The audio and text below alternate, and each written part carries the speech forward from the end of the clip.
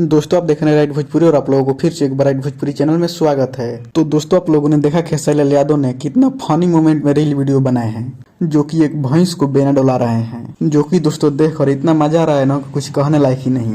आप लोग भी इस रील वीडियो को देखिए। मैं इस रील वीडियो को खुद 10 बार देख चुका हूँ अभी तक और इतना हंसी आ रहा है दोस्तों कि मैं कुछ बता ही नहीं सकता आप लोगों को। जो कि दोस्तों खेसारी लाल यादव अपने फैंस को हमेशा खुश रखने के लिए कुछ नए नए कारनामे करते रहते हैं, जो कि इस बार भी कुछ ऐसा ही किए हैं। अपने नए गाने पर रील वीडियो बनाए हैं जो कि गाना का नाम है एसी बलम।